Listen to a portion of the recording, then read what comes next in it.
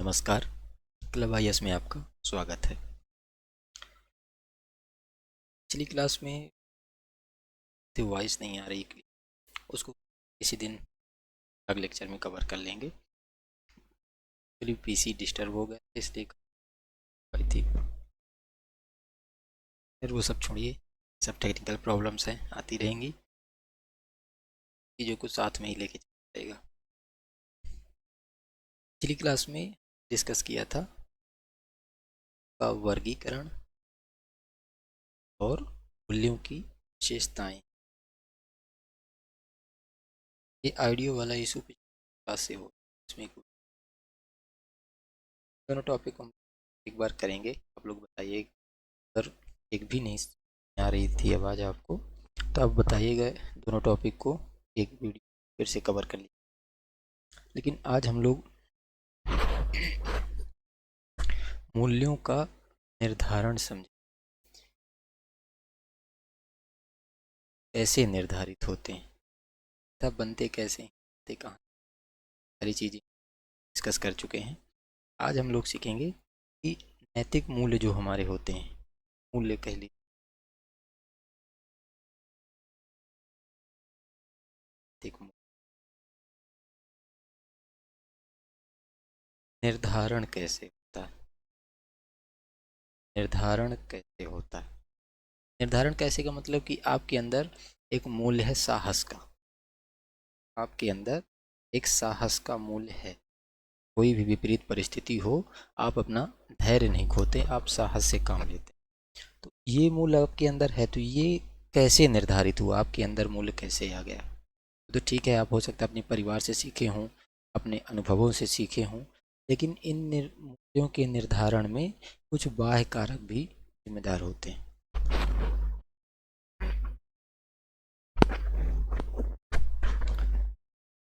तो मूल्य विकसित तो समाज के अंदर होते हैं। हमने सीखा था कि मूल्यों का विकास में परिवार की भूमिका, समाज की भूमिका, शिक्षण संस्थानों की भूमिका और संस्कृति की भूमिका भी देखे थे। तो ये मूल्यों के विकास में हमने देखा था कि मूल्य ऐसे विकसित होते हैं, इन लोगों से के विकसित होते हैं, इन लोगों के सहयोग से विकसित होते हैं। लेकिन इनका निर्धारण में सिर्फ यही बस भूमिका इन चीज़ों की नहीं होती, कुछ अन्य आधार भी होते हैं जिनके आधार पर मूल्यों का निर्धारण होता है। कौन कौन से अन्य आधार होते हैं, पहले समझ लेते हैं इसको, फिर एक साथ लिख लेंगे। आधार कौन कौन से होते हैं, तो इसको ऐसे समझ सकते हैं, मूल्यों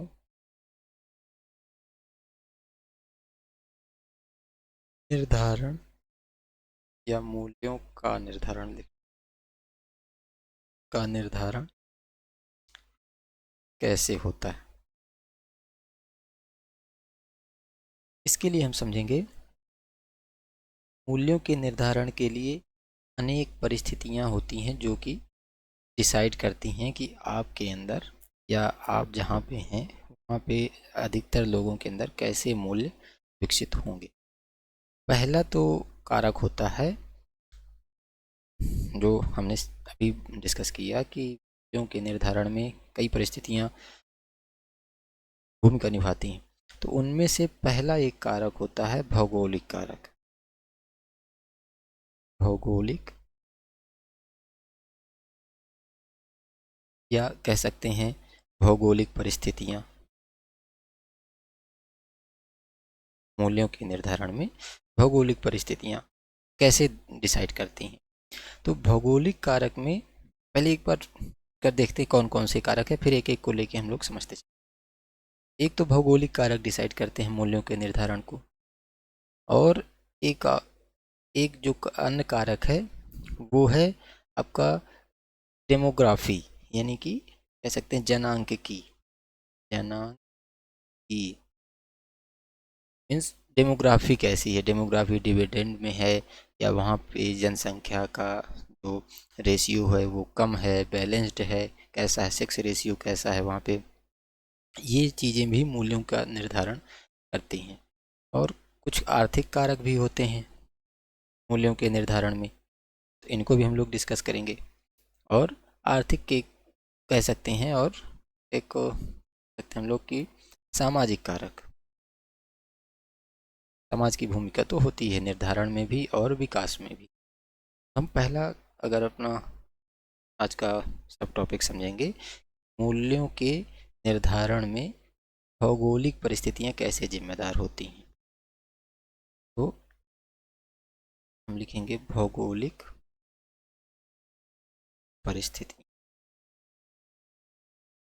इसको भी लिखते नहीं है, पहले आप समझिए इसको, तो आप एक बार समझ लेंगे तो आप खुद से भी लिख पाएंगे। भौगोलिक कारक, ये मूल्यों के निर्धारण के हम कारक समझ रहे हैं। तो कैसे भौगोलिक कारक कैसे मूल्य निर्धारित करते हैं, ये हम सीखने वाले हैं। तो जब आप देखेंगे कोई भी प्रदेश है, कोई भी देश है, स्थान है, कोई भी देश आप इमेजिन कर लीजिए अभी अपनी इमेजिनेशन में, कोई भी देश, स्वाभाविक सी बात है आपके इमेजिनेशन में भारत ही आएगा। तो आप कोई भी ऐसा देश लीजिए, वहाँ पे उसकी भौगोलिक परिस्थितियाँ कैसी हैं, उस देश का टेम्परेचर कैसा है, वहाँ पे प्रेशर कैसा है, वहाँ पे आर्द्रता कैसी है, ह्यूमिडिटी कैसी है, और क्या वो हिली एरिया है या फिर मैदान है, प्लेन है वो, या वहाँ पे संसाधन कैसे हैं, ये सारी चीज़ें डिसाइड करती हैं कि वहाँ के लोगों के मूल्य कैसे होंगे, या मूल्य किस रूप में वहाँ पे। पहला हम समझते हैं तापमान। तापमान कैसे डिसाइड करता है लोगों के मूल्यों को। अभी आपको लग रहा होगा कि तापमान का मूल्यों से, एथिक्स से क्या लेना देना, ये तो साइंस की बात है। लेकिन साइंस हमारे आपके जीवन में ही तो इन्वॉल्व्ड है। तापमान कैसे आपके मूल्य निर्धारित करता है, आप प्रायः देखेंगे कि जो भी गर्म देश हैं जहाँ पे टेम्परेचर अधिक होता है, जो भी या इसको ऐसे समझिए कि जहाँ पे गर्म टेम्परेचर है अधिक, तो वो गर्म टेम्परेचर वाले लोगों में, या कह सकते हैं कि उष्णकटिबंधीय जो भी प्रदेश हैं, उष्णकटिबंधीय जो भी प्रदेश हैं, तो आप देखें वहाँ के लोग कम कपड़े पहनेंगे। उष्णकटिबंधीय प्रदेश के लोग कम कपड़े पहने और खुले हुए कपड़े पहनेंगे, क्योंकि उष्णकटिबंधीय क्षेत्र है, ह्यूमिडिटी अधिक होगी, तो उमस के कारण लोग सफोकेट ना हो जाएं, इसलिए वो कम कपड़े पहनते हैं। एग्जाम्पल आप समझिए कि अभी भी आप गाँव में जाएंगे तो कुछ लोग आपको धोती कुर्ता हुआ पहने हुए दिखेंगे, और जो कि नॉर्थ जो भी भारत का जो उत्तरी भारत एरिया है, वो अपना जो मूल कल्चर है वो लगभग लगभग अपना खो चुका है। अभी आपको अगर धोती वाला कल्चर देखना है तो आप साउथ में जाएंगे तो अभी भी अधिकतर लोग वहाँ पे धोती लगाते हैं। तो वो क्यों लगाते हैं, वो क्यों अपने ट्रेडिशन का बनाए रखे हैं, क्योंकि एक तो उष्णकटिबंधीय प्रदेश है, ह्यूमिडिटी अधिक है, ऊपर से अगर वो लोग वहाँ पे टाई बेल्ट सब लगा के दिन भर बैठे रहेंगे तो सफोकेट हो जाएंगे, वो उनके हेल्थ के लिए हैजार्डस होगा, इसलिए वो खुले हुए कपड़े पहनना पसंद करते हैं। अधिकतर आप देखेंगे जहाँ भी उष्णकटिबंधीय प्रदेशों में आप जाएंगे और वहाँ पे ह्यूमिडिटी है, समुद्र आसपास है, तो वहाँ के लोग आपको खुले हुए कपड़े पहने हुए दिखाई देंगे। और खुले हुए कपड़े तभी पहनेंगे अगर उनके पास समृद्ध और वो प्रॉस्परस एरिया है। अगर वहाँ पे प्रॉस्पेरिटी कम है तो वो फिर कपड़े ही नहीं पहनेंगे। जैसे आप कोई अफ्रीकन कंट्रीज़ में देखेंगे तो वहाँ पे जनजातियाँ बहुत ही कम कपड़े पहनती हैं, जितना बेसिक कपड़े हुए सिर्फ उतने। तो ये कपड़ों का मूल्य, कि कपड़े पहनना है, कौन से कपड़े पहनना है, कैसे कपड़े पहनना है, ये डिसाइड करता है वहाँ की भौगोलिक परिस्थितियाँ। और भौगोलिक परिस्थितियों में विशेष रूप से वहाँ का तापमान, आर्द्रता, प्रेशर और समुद्र से दूरी। अब आप देखेंगे कि कुछ ऐसे प्रदेश होते हैं, जैसे सऊदी अरब देख लीजिए आप, या कि अरेबियन कंट्री देख लीजिए, अरेबियन देश जो भी हैं। और तो अरेबियन देशों में आप देखेंगे तो वहाँ पे महिलाओं में बुर्का की प्रथा चली। एक महिलाएं वहाँ पे बुर्का पहनती हैं। तो बुर्का पहनने के पीछे लॉजिक क्या है? क्योंकि अरेबियन कंट्री है और वहाँ पे क्या है, मोस्टली एरिया डेजर्ट है, रेगिस्तान है, तो वहाँ धूल भरी आंधियाँ चलती, धूल भरी आंधियाँ चलेंगी और टेम्परेचर भी हाई होगा, तो झुलस जाएंगे लोग। तो एक तो महिलाएं सेंसिटिव होती हैं थोड़ी सुंदरता को लेकर भी, और ऊपर से धूल स्वास्थ्य के लिए भी हानिकारक। तो धीरे धीरे धीरे धीरे हमने पिछली क्लास में सीखा था कि मूल्य समय समय धीरे धीरे स्टेप वाइज विकसित होते हैं और वो संस्थागत रूप ले लेते हैं। तो ऐसे ही बुर्का प्रथा ऐसे ही स्टार्ट हुई होगी, यहाँ तक हम आप अंदाज ही लगा सकते हैं, ऐसे ही स्टार्ट हुई होगी कि वहाँ पे लोग धूल से बचने के लिए, अभी भी आप देखेंगे कि धूल आती है तो तुरंत आदमी मुंह में कुछ टॉवेल लगा लेता है, स्कार्फ लगा लेते हैं लोग। तो धूल के से बचने के लिए वहाँ पे महिलाओं में बुर्का प्रथा का चलन हुआ होगा। और वहाँ के जो पुरुष वर्ग है, आपको वहाँ पे जो भी पुरुष वर्ग भी मिलेगा, तो आपको पुरुष वर्ग भी वहाँ पे आप सर पे देखेंगे तो उन लोग कपड़ा डाले ही रहते हैं, जैसे ही आंधी आई तो फिर अपना मुंह ढक लेते हैं। तो ये कल्चर कैसे, ये कोई धर्म से तो जुड़ जाती हैं बातें बाद में, लेकिन रियलिटी क्या है कि वो भौगोलिक रूप से संचालित होती हैं। अब यही सेम चीज़ अगर आप भारत में लेके आइए, खासकर दक्षिणी भारत में, तो दक्षिणी भारत में अगर आप जो भी अब मुस्लिम समाज में देखेंगे, तो जो लोग बुर्का पहनते हैं तो वो भौगोलिक कारक से नहीं पहनते हैं, वो पहनते हैं यहाँ पे धार्मिक कारक से। चूँकि वो जो इंडिविजुअल चॉइस थी, तो वो धीरे धीरे बढ़ते बढ़ते बढ़ते बढ़ते वो किसका रूप ले ली, संस्था का रूप ले ली, और वो प्रगाढ़ हो चुकी। तो अब उस धर्म को मानने वाले लोग बुर्का पहनना कंपलसरी मान लिए कि अगर हम नहीं पहने तो फिर हम धर्म का अपमान कर रहे हैं। लेकिन ये स्टार्ट ऐसे ही हुआ होगा जहाँ तक है कि धूल भरी आंधियों से बचने के लिए, धूप से बचने के लिए, और जितने ज़्यादा उन लोग कपड़ा पहने रहेंगे उतना ही कम उनके शरीर से डिहाइड्रेशन भी कम होगा, उनका डिहाइड्रेशन भी कम होगा। डिहाइड्रेशन अधिक तभी होगा जब खुले हुए आप रहेंगे ज़्यादा। तो इस ये सब भौगोलिक कारणों से वहाँ पे लोग ज़्यादा कपड़े या फुल ऐसे एक सेट भी पूरा ऐसे करके पहन लेते हैं लोग। वहाँ पे आप पुरुष समाज में भी देखेंगे तो ऐसे ही कर पहन लेते हैं, गला जैसा रहता है पूरा पहन लेते हैं। तो मूल्य कैसे विकसित हुए हमने सीखा, टेम्परेचर एक कारक है, भौगोलिक परिस्थितियों में एक कारक है टेम्परेचर। और आप यहीं पे देखेंगे, अभी हमने गर्म प्रदेश का एग्जाम्पल लिया, अब आप जब देखेंगे ठंड प्रदेशों में, जो भी ठंडे प्रदेश हैं, तो ठंडे प्रदेशों में आप देखेंगे, जैसे यूरोप में ले लीजिए, यूरोप में क्या कल्चर है, वहाँ पे कोई भी सीजन हो वहाँ पे लोग आपको ज़्यादातर आपको लोग मिलेंगे, आपको टाई लगाए हुए मिलेंगे और कोट पहने हुए मिलेंगे, वो भी ब्लैक कलर का। ब्लैक कलर, ब्लैक कलर क्यों? क्योंकि ये सूर्य की किरणों का जो भी रेडिएशन है, प्रकाश है, वो ज़्यादा क्या सबसे ज़्यादा अवशोषित कर लेता है, इसीलिए तो वो ब्लैक है। तो और जितना ज़्यादा अवशोषित करेगा उतना ज़्यादा गर्म होगा, क्योंकि ये ठंड प्रदेशों में रह रहे हैं तो इनको गर्म की आवश्यकता होगी। तो ये अब टाई लगाने के पीछे भी लॉजिक यही है कि शर्ट का कॉलर खुला ना रहे, जितना मतलब टाइट से इन लोग बंद किए रहेंगे तो जो शरीर की खुद की जो भी हीट है तो वो बाहर इमिट नहीं होने पाएगी हीट।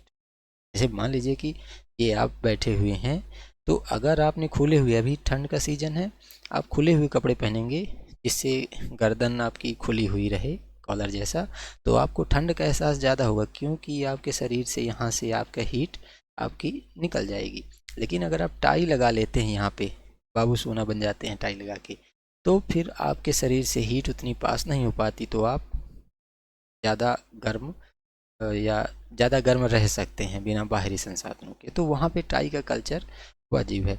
अब सेम चीज़ भारत में लोग मान लिए, तो अब देखेंगे तो भारत के वकील लोग बेचारे हाल बेहाल हो जाते हैं। गर्मी के टाइम पे आप उनको देखेंगे लेकिन उनका ड्रेस कोड नहीं बदल सकता। हालांकि ये सब कॉलोनियल माइंडसेट है, जाते जाते जाएगा। तो ठंड प्रदेशों में ऐसे मूल्य निर्धारित होते हैं। ऐसे सेम चीज़ें होती हैं खान पान को भी, यही भौगोलिक परिस्थितियाँ आपकी डिसाइड करती हैं। आप देखेंगे कि जो भी गर्म प्रदेश हैं, गर्म प्रदेश हैं, तो वहाँ पे खान पान जो भी है, या गर्म प्रदेश या कह सकते हैं, या उष्णकटिबंधीय प्रदेश कह सकते हैं, तो वहाँ पे खान पान में थोड़ी सौम्यता होती है। मतलब उन लोग विकल्प उनके पास रहता है कि वो शाकाहार को भी प्रमोट कर सकते हैं। लेकिन आप ठंड प्रदेशों में जाएंगे तो ठंड प्रदेशों में आपको शाकाहार एक कह सकते हैं कि लिमिटेड ही है, बहुत ज़्यादा लिमिटेड आपको मिलेगा, क्योंकि शाकाहार उतना तामसिक नहीं होता, नेचर में उतना गर्म नहीं होता। तो यहाँ पे आप देखेंगे जो भी ठंड प्रदेश हैं तो वहाँ पे मांसाहार की प्रवृत्ति आपको ज़्यादातर मिलेगी, क्योंकि मांस कह सकते हैं कि सबसे ज़्यादा तामसिक होता है, वो गर्म भी होता है नेचर में। जो लोग खाते होंगे तो उसका एहसास होगा। आप देखेंगे जो भी लोग मांसाहार करते हैं उनमें उग्रता ज़्यादा होती है। आप कभी भी माइंड करेंगे तो मांसाहार करने वालों में उग्रता ज़्यादा होती है। यहाँ तक कि भारत की जब बात करेंगे आप, तो भारत में पहले जो भी व्यवस्था थी समाज को चलाने की, तो वहाँ पे एक वर्ग था जो कि सिर्फ ये क्षेत्र की रक्षा के लिए लड़ाई दंगे का काम करता था। क्षेत्र रक्षा मान लीजिए उनका उद्देश्य था। तो अब इन लोगों को धर्म में अलाउ किया गया था या नहीं भी अलाउ किया गया था, तो जनरली ऐसा परसेप्शन था कि ये जो लड़ाई करने वाले जो भी क्षत्रिय वर्ग है, इनको मांसाहार, इनका वर्जन नहीं था, इनको मांसाहार से किसी भी प्रकार से रोका नहीं गया था। क्योंकि अगर ये ऐसा तामसिक भोजन नहीं लेंगे तो ये लड़ाई के टाइम पे मुकर जाएंगे। जब भी लड़ाई होगी तो ये कमज़ोर पड़ जाएंगे। क्यों कमज़ोर पड़ जाएंगे? इनके अंदर उग्रता वाली वो भावना नहीं रह जाएगी। तो धीरे धीरे पीढ़ी दर पीढ़ी चीज़ें ज़्यादा सॉलिड होती चली जाती हैं। तो इसके कारण से इनको अलाउ कर दिया गया कि तुम लोग खाओगे। तो जो भी लड़ने वाला समुदाय है तो उनको मतलब एक सामाजिक रूप से अलाउ कर दिया गया है कि तुम खा सकते हो अगर तुम्हारी चॉइस है, ताकि तुम जब भी हमारे क्षेत्र की रक्षा की बात हो तो तुम एक्टिव रह सको। यहीं पे आप देखेंगे अन्य जो भी वर्ग हैं तो उनको उतना ज़्यादा फोर्सफुली नहीं कहा जाता कि तुम भी मत। फिर लोग शौकिया खा सकते हैं, शौक में अपने खा सकते हैं। खासकर जो भी ज्ञान की जो भी बात करना होगा जब भी, तो वहाँ पे आपको मांसाहार से निषेध की बात की जाएगी। क्यों? क्योंकि ज्ञान उग्रता से नहीं प्राप्त किया जा सकता। ज्ञान प्राप्त करने के लिए आपको सौम्यता चाहिए। सौम्यता चाहिए, आपके मन में क्या चाहिए? आदर होना चाहिए सामने वाले पे, विश्वास होना चाहिए आपको सामने वाले पे, तभी आप किसी चीज़ को सीख पाते हैं। जैसे क्या श्रद्धा, आपने श्लोक पढ़ा होगा जरूर, लिखते हैं श्रद्धा। तो आपने श्लोक पढ़ा होगा, श्रद्धावान लभते ज्ञानम।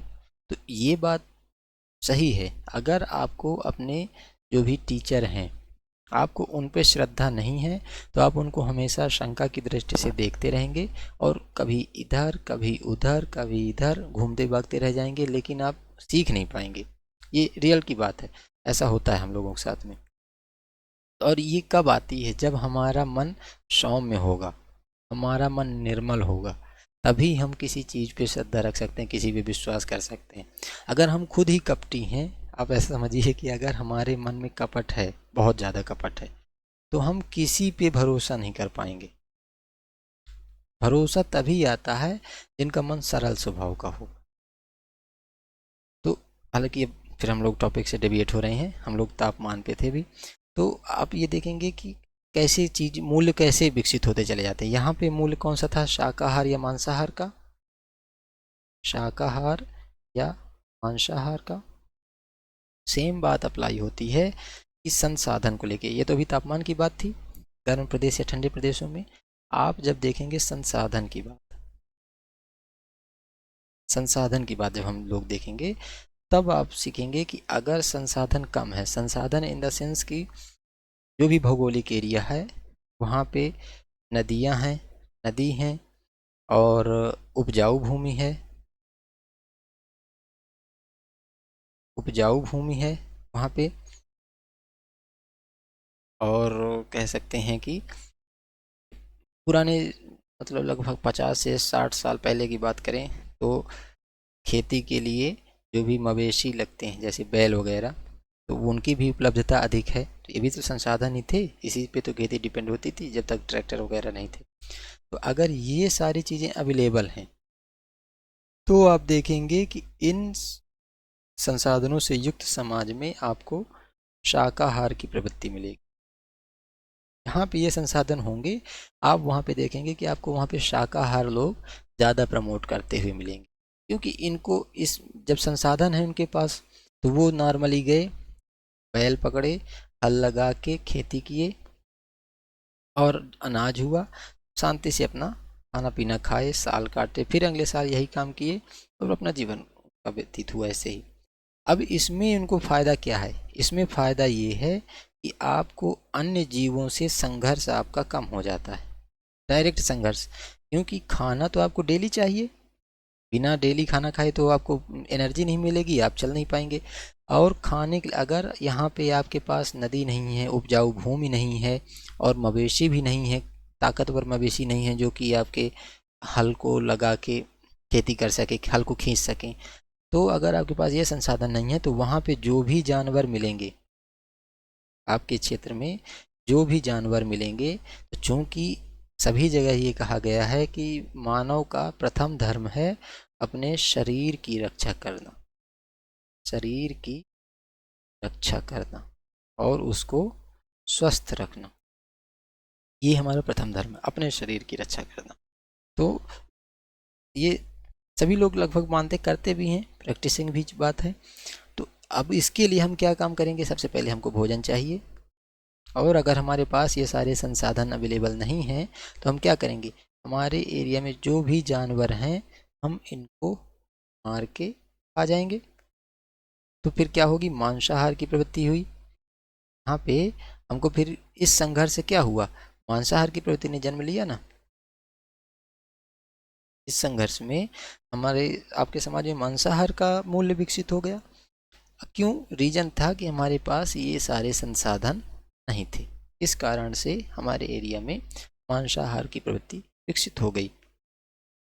अब सेम चीज आप देखेंगे कि जैसे कोई ऐसा क्षेत्र जो उपजाऊ कम है, जैसे रेगिस्तान का ही क्षेत्र ले लीजिए, रेगिस्तान का क्षेत्र ले लीजिए, तो रेगिस्तान के क्षेत्रों में हम आप इमेजिन कर सकते हैं आसानी से, एक तो अरेबियन पेनिनसुला है, अरेबियन प्रायद्वीप,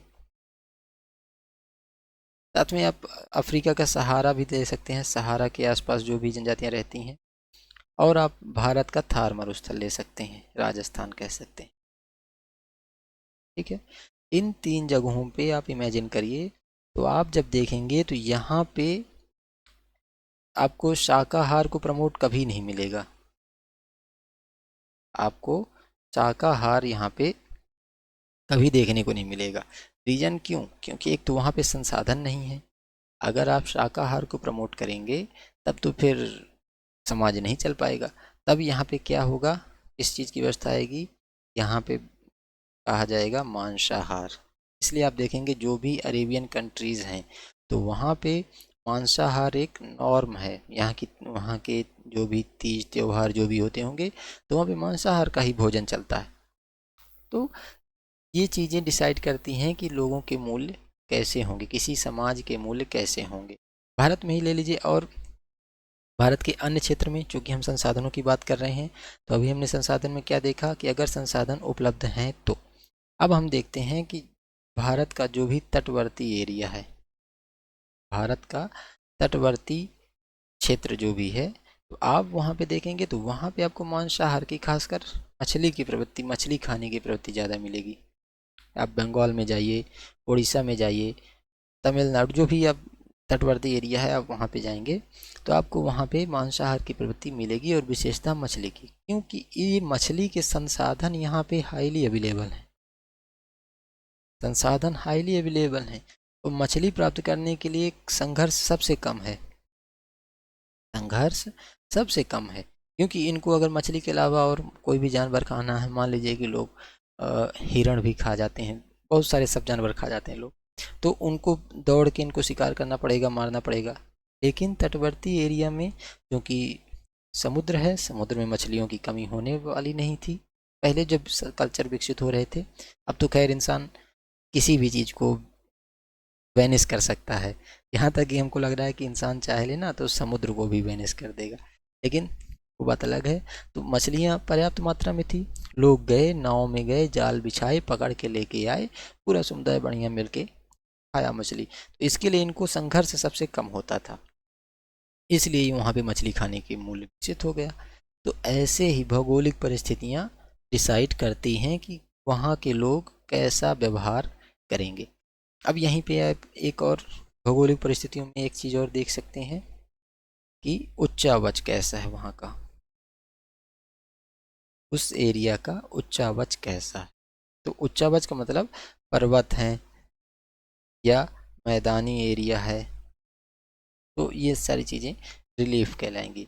तो कैसे, अगर आप देखेंगे भारत के एग्जाम्पल में, आप समझिए कि भारत का जो भी पहाड़ी एरिया है, जो भी पहाड़ी क्षेत्र है, तो वहाँ के लोगों में आपको मूल्य क्या देखने को मिलेंगे कि जो भी पहाड़ी है एरिया, वहाँ के लोग आपको ज़्यादा कठोर मिलेंगे।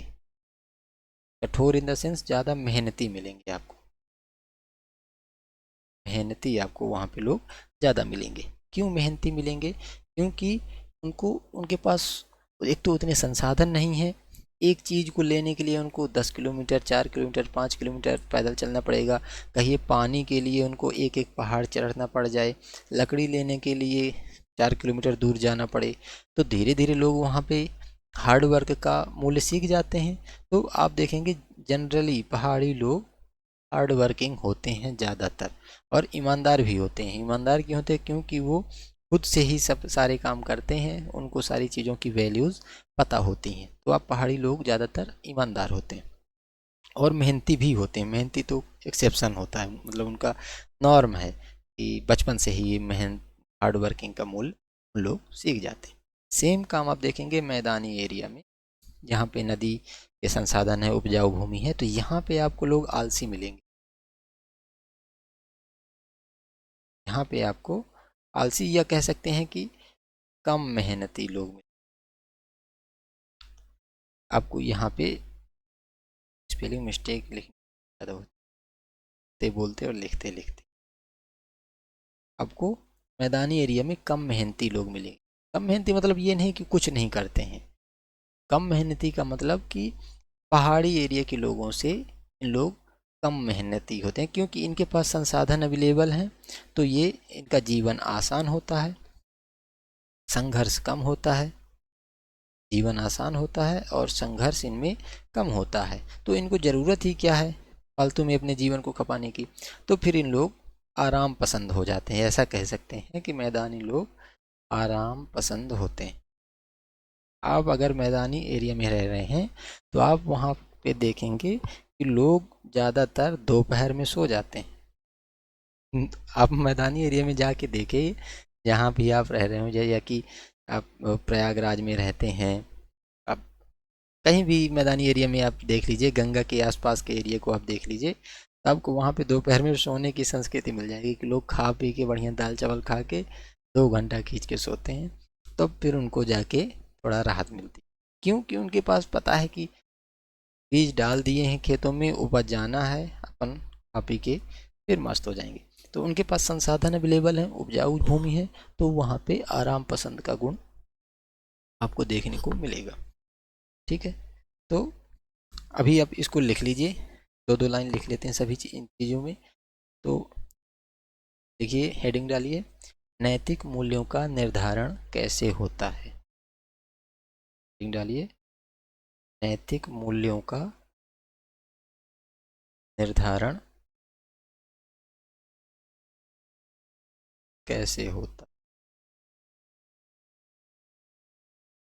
इसमें लिखिए, इसमें लिखिए, नैतिक मूल्यों का विकास, नैतिक मूल्यों का विकास समाज के अंदर होता है, फुल स्टॉप। नैतिक मूल्यों का विकास समाज के अंदर होता है, परंतु इनके निर्धारण, परंतु इनके निर्धारण एवं विकास में अनेक कारकों की भूमिका होती है। नैतिक मूल्यों का विकास समाज के अंदर होता है, परंतु इनके निर्धारण एवं विकास में अनेक कारकों की भूमिका होती है। अब पहला कारक हम लोग डालेंगे। पहला कारक क्या है? भौगोलिक। पहला कारक है भौगोलिक दशाएं या भौगोलिक परिस्थितियां। भौगोलिक दशाएं लिख लीजिए, भौगोलिक दशाएं। तो भौगोलिक दशाओं के अंदर भी आप एक माइक्रो टॉपिक या माइक्रो हेडिंग डाल के लिखिए, ए डाल लीजिए। इसमें लिखिए तापमान। तापमान में हमने वही बातें जो भी डिस्कस की थी वही लिख लेते हैं तेजी से। तापमान में लिखिए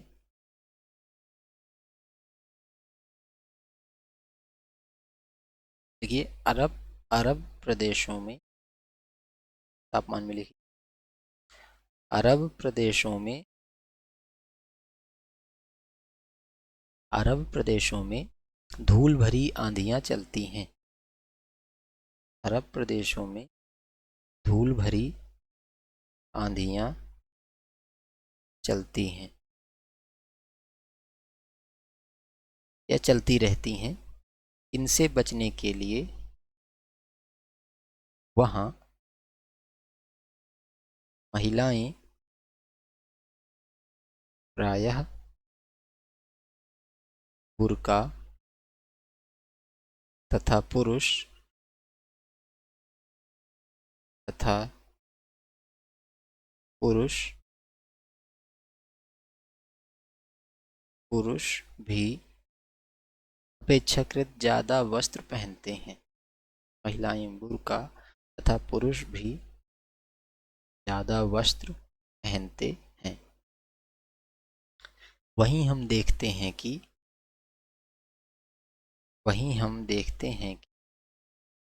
उष्णकटिबंधीय गर्म क्षेत्रों के लोग ही उष्णकटिबंधीय गर्म क्षेत्रों के लोग प्रायः ढीले ढाले तथा कम वस्त्र पहनते हैं। उष्णकटिबंधीय गर्म क्षेत्रों के लोग प्रायः ढीले ढाले एवं कम वस्त्र पहनते हैं। और एक लाइन और लिख लीजिए। इसी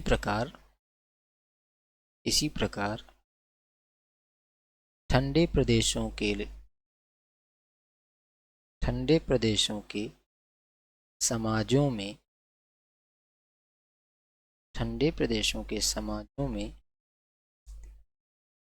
ज़्यादा वस्त्र पहनने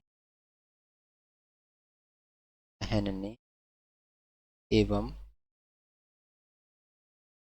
खान पान में मद्य अल्कोहल ALCO अल्कोहल HAL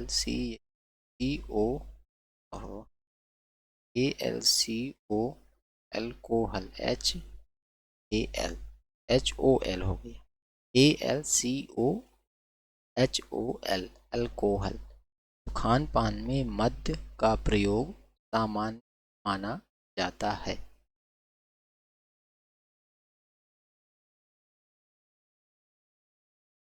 दूसरा लिखिए, अभी हमने लिखा तापमान। दूसरा लिखिए उच्चावच। तो यहाँ पे लिखिए पहाड़ी क्षेत्रों में रहने वाले लोगों में पहाड़ी क्षेत्रों में रहने वाले लोगों में धैर्य और मेहनत जैसे मूल्य पहाड़ी क्षेत्रों में रहने वाले लोगों धैर्य और मेहनत जैसे मूल्य प्रायः मैदानी क्षेत्रों के लोगों से अधिक पाया जाता है। या अधिक पाए जाते हैं। प्रायः मैदानी क्षेत्रों के लोगों से अधिक पाए जाते हैं क्योंकि उनका जीवन से संघर्ष क्योंकि के जीवन या उनका लिख ली क्योंकि उनका जीवन संघर्षों से भरा होता है। पहाड़ी लोगों का जीवन संघर्षों से भरा होता है। तीसरा पॉइंट लिखिए, उपजाऊ भूमि या संसाधन लिख ली। संसाधन, तो यहाँ पे लिखिए, जिन प्रदेशों में भूमि उपजाऊ होती है, जिन प्रदेशों में भूमि उपजाऊ होती है, साथ ही सिंचाई चाई के संसाधन होते हैं, संसाधन प्राकृतिक तौर पर होते हैं, प्राकृतिक तौर पर पर्याप्त होते हैं, वहाँ प्रायः मांसाहार की प्रवृत्ति पाई जाती है। प्रायः मांसाहार की प्रवृत्ति, सॉरी गलत लिखिए, वहाँ प्रायः शाकाहार की प्रवृत्ति होगी। अगर आपने माइंड किया तो आप खुले हुए दिमाग से पढ़ रहे हैं, लेकिन अगर आपने भी मांसाहार लिख लिया तो सचेत हो जाइए, आप सो रहे हैं। तो यहाँ पे संसाधन ज़्यादा होते हैं या पर्याप्त होते हैं, वहाँ पे प्रायः शाकाहार की प्रवृत्ति पाई जाती है और विपरीत परिस्थितियों में मांसाहार की प्रवृत्ति पाई जाती है। ये भी लिख लीजिए, विपरीत परिस्थितियों में मांसाहार की प्रवृत्ति पाई जाएगी। यहाँ पे शाकाहार की प्रवृत्ति है और विपरीत परिस्थितियों में मांसाहार का सेवन किया जाएगा। ठीक है, तो दूसरा हमने क्या लिखा था, कारक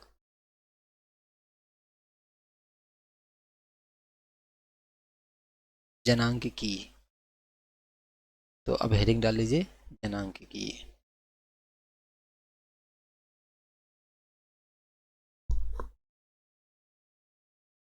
क्या पढ़ रहे हैं, इसको नहीं भूलना है हमको। मेन चीज़ की हम पढ़ रहे हैं कि मूल्यों का निर्धारण कैसे होता है। तो पहला हमने देखा कि भौगोलिक कारक, भौगोलिक दशाएं मूल्यों का निर्धारण कैसे करती हैं। दूसरा हम देख रहे हैं जनांक, जनांक जनांक ऐसा, या जनांक की भी बोलते हैं, लेकिन ज़्यादा सही शब्द यही होता है, जनांक की। जनांक की का मतलब डेमोग्राफी, लोगों में, अब समझिए कि कह सकते हैं कि पॉपुलेशन कितनी। जनांक की को ऐसे समझिए, एक तो होगा वहाँ पे जनसंख्या, पॉपुलेशन, दूसरी बात होगी वहाँ पे लिंगानुपात। इन्हीं चीज़ों से जनांक की मतलब, जन मतलब लोग, अंक की मतलब लोगों का आंकड़ा, अंकों में बताना, लोग कितने हैं, ज़्यादा हैं, कम हैं, जल्दी से मर रहे हैं, देरी से मर रहे हैं, उनकी आबादी कितनी है, आबादी में महिला कितने, पुरुष कितने, बच्चे कितने, बूढ़े कितने, ये सारी चीज़ें जनांक की हैं। लिंगानुपात, और एक ले सकते हैं हम लोग जीवन प्रत्याशा, जीवन प्रत्याशा, या जनांकिकी में हम एक चीज़ और ऐड कर सकते हैं, डाइवर्सिटी, विविधता कितनी, वहाँ के लोगों में विविधता कितनी। तो ये चीज़ें भी मूल्यों का निर्धारण करती हैं। कैसे मूल्यों का निर्धारण करती हैं, अगर किसी भौगोलिक क्षेत्र की जनसंख्या अधिक है, संख्या अधिक है। तो अधिक जनसंख्या का मतलब क्या हुआ, इसको पहले रफ करते हैं। अभी जनसंख्या की बात कर रहे हैं ना।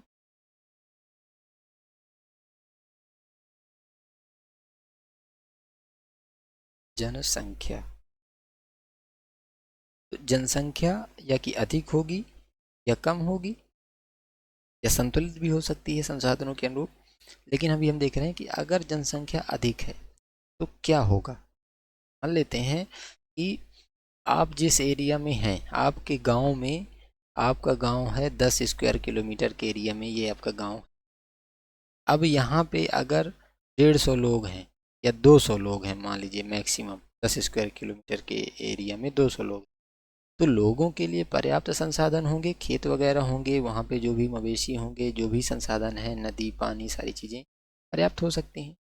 यहीं पे अगर इस एरिया में 10,000 लोग आ गए तो संसाधनों की कमी हो जाएगी। जब संसाधन कम होंगे तो आपसी प्रतिस्पर्धा बढ़ेगी। तो जब जनसंख्या अधिक होगी और संसाधन तो सीमित हैं, वो नेचुरली ही रिकवर होते हैं, तो अधिक जनसंख्या के जो भी प्रदेश होंगे तो वहाँ पे आपको प्रतिस्पर्धा का गुण देखने को। अभी अगर आपको इससे भी नहीं समझ में आ रहा स्क्वायर किलोमीटर से, तो आप प्रतिस्पर्धा को ऐसे समझिए कि जब भी कोई गवर्नमेंट एग्ज़ाम की बात आती है, गवर्नमेंट एग्ज़ाम में आप देखेंगे ज़्यादातर हिंदी भाषी एरिया के लोग ही ज़्यादा प्रिपरेशन करते हैं। रीज़न क्या है, एक तो इनके यहाँ पे मॉडर्न स्किल कम है, ठीक। दूसरा रीज़न है कि यहाँ पे लोगों के पास संसाधन, खासकर भूमि संसाधन में प्रतिस्पर्धा है, भूमि कम है के पास। तो इसका सबसे सही उपाय क्या था, क्या हुआ, भूमि नहीं है तो इसके लिए आपको कंपटीशन का एग्ज़ाम देना है। तो फिर लोगों को बचपन में, जिनके यहाँ आप देखेंगे जब जहाँ जहाँ संसाधन कम होंगे, तो बचपन से ही दिमाग में सरकारी नौकरी फिर जीवन खपा दिए लोग। तो जहाँ पे आप अपना ही देख सकते हैं, कोई इसमें लाज शर्म की बात नहीं है। हाँ भाई, नहीं है तो नहीं है, लेकिन हमको बनाना है अपने लिए, आने वाले अपनी पीढ़ियों के लिए बनाना है तो बनाना है, ठीक। लेकिन रियलिटी वाली बात हम बात कर रहे हैं, कैसे निर्धारित होता है आखिर, लोगों में प्रतिस्पर्धा की इतनी ज़्यादा भावना आ कहाँ से जाती है। वो होती है जब हम बचपन से देखते हैं कि हमको हर चीज़ के लिए संघर्ष करना पड़ रहा है, हमारे परिवार में सबको संघर्ष करना पड़ रहा है, तो हम उसका अल्टरनेट निकालते हैं कि हमको कंपटीशन में आगे बढ़ना ही है। अब यहीं पे अगर संसाधन अधिक होते हैं आपके पास, मान लेते हैं कि 150 एकड़ एकड़ भूमि है, आप कहीं नहीं जाएंगे दरोगा की परीक्षा देने। जब इतनी भूमि होगी तो बिना कुछ किए आप सुबह उठ के जाएंगे, ऐसे ही छीट के आ जाएंगे अनाज, आपके चलता रहेगा, आपके अंदर ही आलस की भावना आएगी स्वाभाविक रूप से। तो आपने मतलब सभी के लिए नॉर्म नहीं बता रहे हैं कि ये होता ही है, लेकिन जनरली ऐसा ही होगा। आप देखेंगे जो भी आपके आसपास के एरिया हैं, जहाँ जिनके घर में संसाधन हैं, वहाँ पे लोग ज़्यादा कंपटीशन में। आप एग्जांपल लीजिए, गुजरात ले लीजिए। गुजरात में कृषि संसाधन भी ठीक ठाक है, लोगों के पास धन संपदा भी है, बिजनेस भी वहाँ पे बहुत है, तो वहाँ पे कंपटीशन वाले एग्ज़ाम्स का उतना ज़्यादा बोलबाला नहीं है, वहाँ पे कोचिंग्स इतनी ज़्यादा नहीं फल फूल सकती। लेकिन सेम चीज़ आप देख लीजिए, पटना में देख लीजिए, बिहार में देख लीजिए, जहाँ पे संसाधन कम है, संसाधनों में संघर्ष अधिक है, पॉपुलेशन अधिक है, वहाँ पे ये बिजनेस, कोचिंग वाला बिजनेस और कंपटीशन एग्ज़ाम की तैयारी करने वाला बिजनेस हमेशा बढ़ता चला जाएगा। ये आप ध्यान रखिएगा, आप खुद भी ऑब्ज़र्व कर सकते हैं कि आप क्यों कर रहे हैं, आपको क्या ज़रूरत है कंपटीशन एग्ज़ाम की तैयारी देने की। रीज़न सबसे बड़ी बात है कि हमारे पास हमारे जीवन यापन के लिए संसाधनों में कमी होगी, और अगर हम नहीं करेंगे तो हम बाकी लोगों से पिछड़ जाएंगे। तो ये यही तो है प्रतिस्पर्धा। तो जब जनसंख्या अधिक होगी तो हमारे अंदर प्रतिस्पर्धा की भावना भी अधिक आएगी। अब जब प्रतिस्पर्धा की भावना अधिक हुई तो हमारे आपके ऊपर सफलता का दबाव भी अधिक होगा, सफलता का दबाव भी आपको अधिक झेलना पड़ेगा। क्यों? क्योंकि लोगों को पता है, जैसे मान लेते हैं आपके पेरेंट्स हैं, उनको पता है कि उनके आपके पेरेंट्स के पास मान लेते हैं कि 20 एकड़ ज़मीन थी, है ना। अब वो 20 एकड़ में आपके पेरेंट 2 भाई थे, अब वो 10-10 हो गई, आप लोग 3 भाई हैं, तो अब ये कितनी बची, 3-3 के लगभग 3.2 3.2 मान लीजिए 3.3 मान लीजिए, तीनों लोगों के पास बची। अब आपके पास संसाधन तो लगातार कम होते जा रहे हैं, लेकिन पॉपुलेशन बढ़ती जा रही है। अब क्या होगा कि आपके पेरेंट्स आपके मार कूट करके स्कूल से ही दबाव बनाना शुरू कर देंगे, क्योंकि उनको पता है कि अपने पास संसाधन नहीं है। अगर इसको सफलता का मूल्य ना सिखाए तो ये जिएगा खाएगा कैसे। तो फिर वहाँ पे क्या होगा, आप देखेंगे वहाँ पे फिर मार कुटाई का प्रोग्राम शुरू होगा।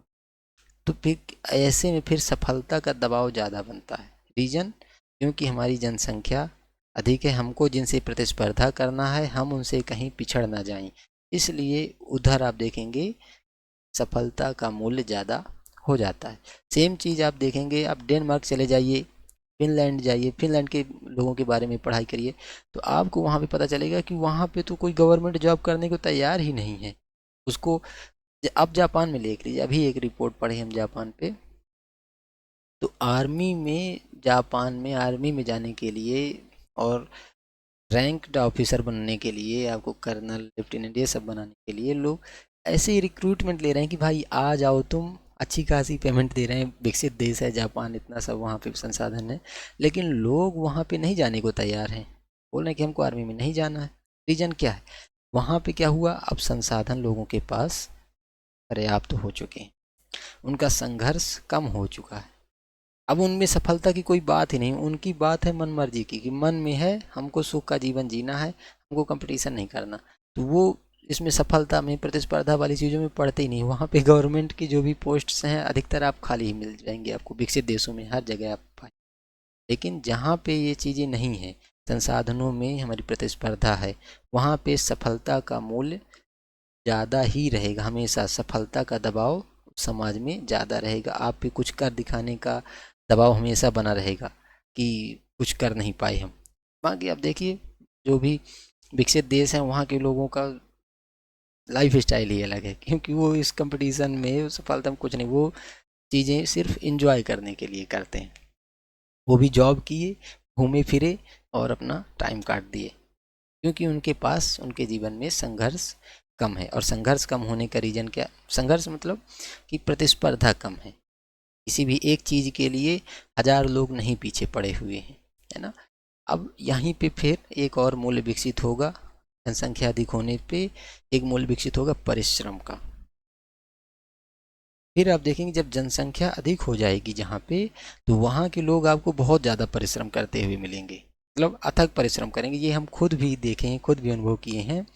आप देखेंगे जब आप गुजरात जाएंगे या आप महाराष्ट्र में जाएंगे, किसी भी प्राइवेट कंपनी में आप जॉब कर रहे होंगे, तो सेम चीज़, सेम जॉब कर रहे हैं दो लोग, एक वहाँ का लोकल होगा, वहाँ के गुजरात के लोग होंगे, और एक मान लीजिए कि हमारे यूपी, एमपी, बिहार से लोग आए हुए होंगे।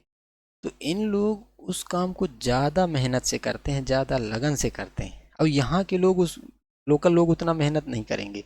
रीज़न क्या है, क्योंकि इनके पास उतना ज़्यादा एक तो प्रतिस्पर्धा नहीं है कि हम ना काम किए तो पिछड़ जाएंगे, और दूसरा इनके पास संसाधन भी पर्याप्त हैं, पहले से ही ठीक ठाक इनके यहाँ पे मतलब जीने खाने की व्यवस्था ठीक ठाक बनी रहती है।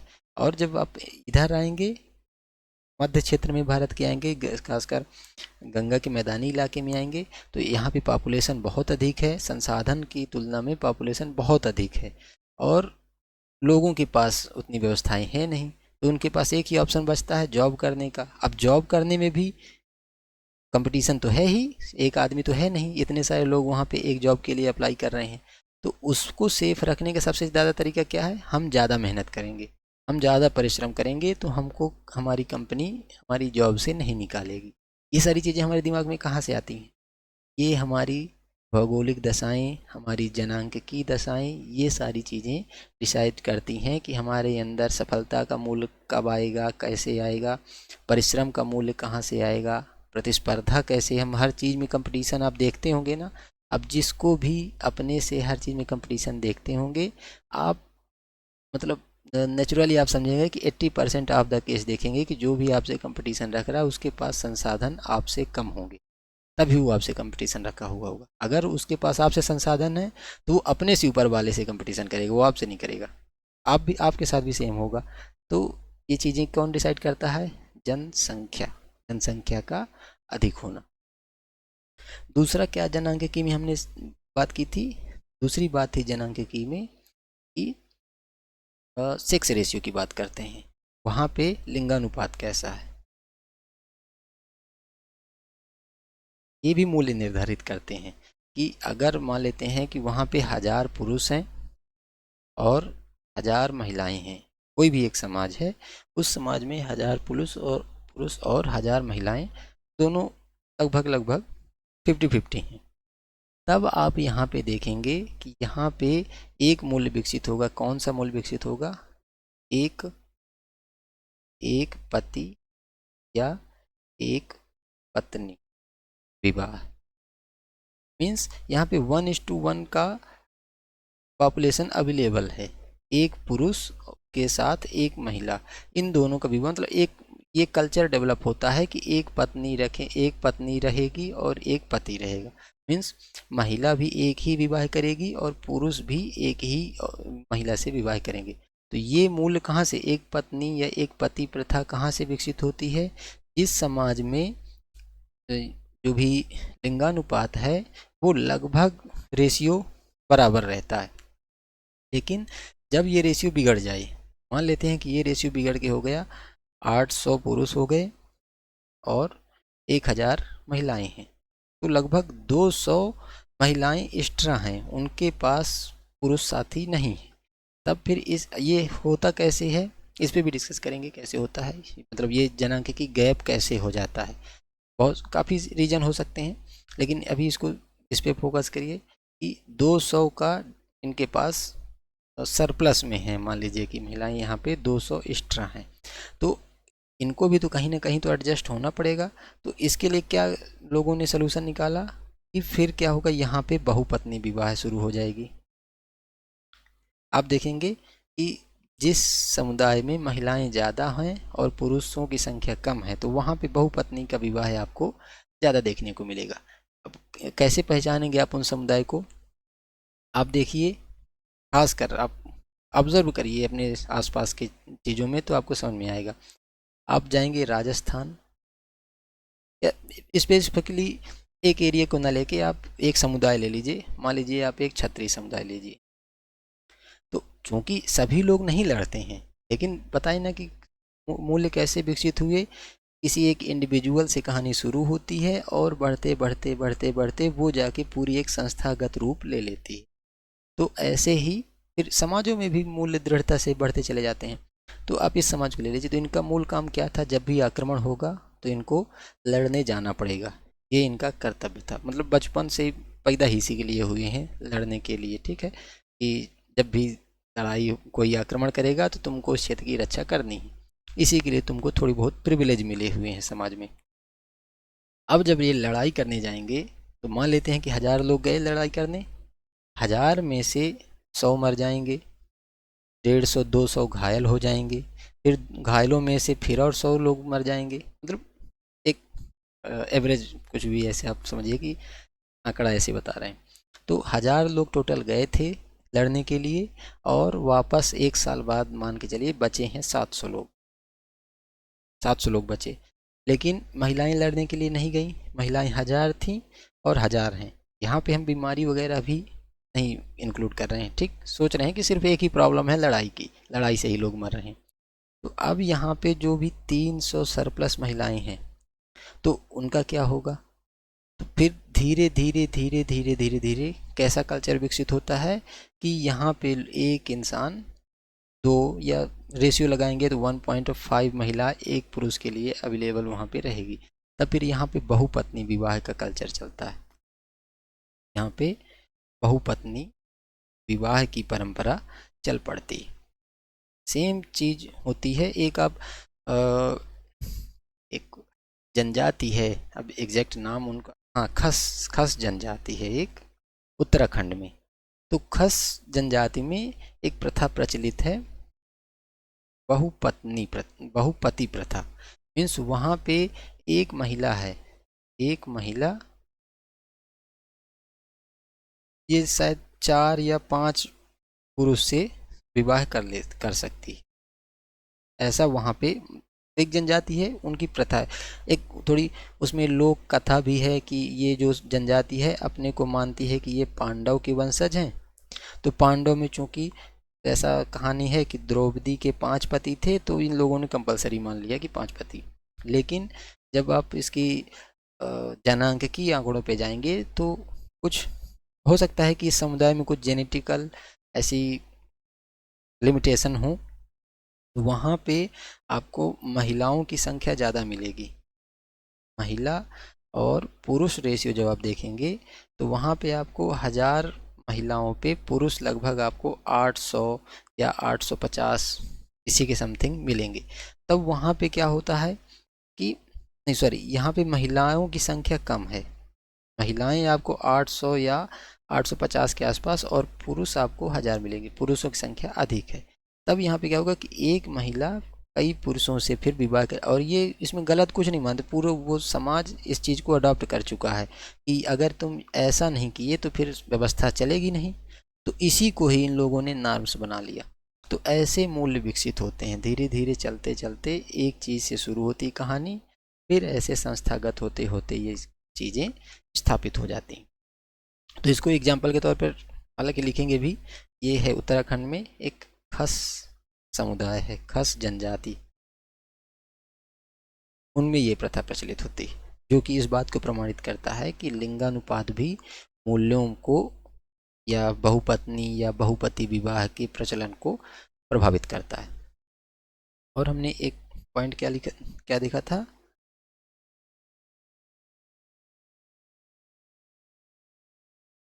एक था जीवन प्रत्याशा की बात हमने की, जीवन प्रत्याशा।